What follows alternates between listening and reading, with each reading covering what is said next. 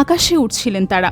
পাড়ি জমানোর কথা ছিল লন্ডনের উদ্দেশ্যে, কিন্তু মাত্র কয়েক মিনিটেই সেই স্বপ্ন পরিণত হল দুঃস্বপ্নে, আক্ষরিক অর্থেই এক দুঃস্বপ্নে। ভারতের আহমেদাবাদে বিধ্বস্ত হয়েছে এয়ার ইন্ডিয়ার একটি ড্রিম লাইনার, যার ভেতরে ছিলেন 242 জন আরোহী। তাদের অনেকেই হয়তো জানেন না, আজকের দিনই হতে চলেছে জীবনের শেষ দিন। এনডিটিভির সূত্রে জানা গেছে, বোয়িং 787-8 ড্রিম লাইনটির উড্ডয়নের কিছুক্ষণের মধ্যেই উচ্চতা নিতে ব্যর্থ হয়। মাটির কাছ দিয়ে ঘুরপাক খেতে খেতে বিমানটি মেঘানীনগরের আবাসিক এলাকায় আচমকা ধাক্কা মারে। তারপর এক হৃদয় বিদারক বিস্ফোরণ ঘটে।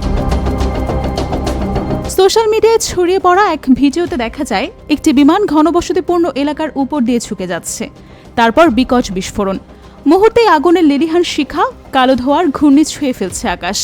বাড়ির ছাদে আটকে থাকা বিমানের লেজ যেন হয়ে দাঁড়ায় এক মর্মান্তিক ঘটনার সাক্ষী। ঘটনাস্থলে ছুটে যায় অন্তত 2 ডজন অ্যাম্বুলেন্স। স্ট্রেচারে করে বের করে আনা হচ্ছে আহতদের। কেউ চোখ খুলে তাকাতে পারছে না, কেউ নিঃশব্দে কাঁদছে, আবার কেউ হয়তো নিঃশব্দেই বিদায় জানিয়ে ফেলছে পৃথিবীকে।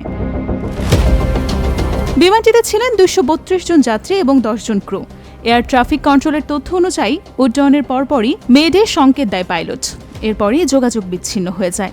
নির্মম সত্যতা হলো, এখনও জানা যায়নি কে কে বেঁচে আছেন আর কে কে নেই আমাদের মাঝে। ভারতের বেসামরিক বিমান পরিবহন মন্ত্রী রামমোহন নাইডু বলেছেন, তিনি স্তম্ভিত এবং মর্মাহত। দ্রুত উদ্ধার এবং চিকিৎসা সহায়তা নিশ্চিত করতে সর্বোচ্চ ব্যবস্থা নেওয়া হচ্ছে।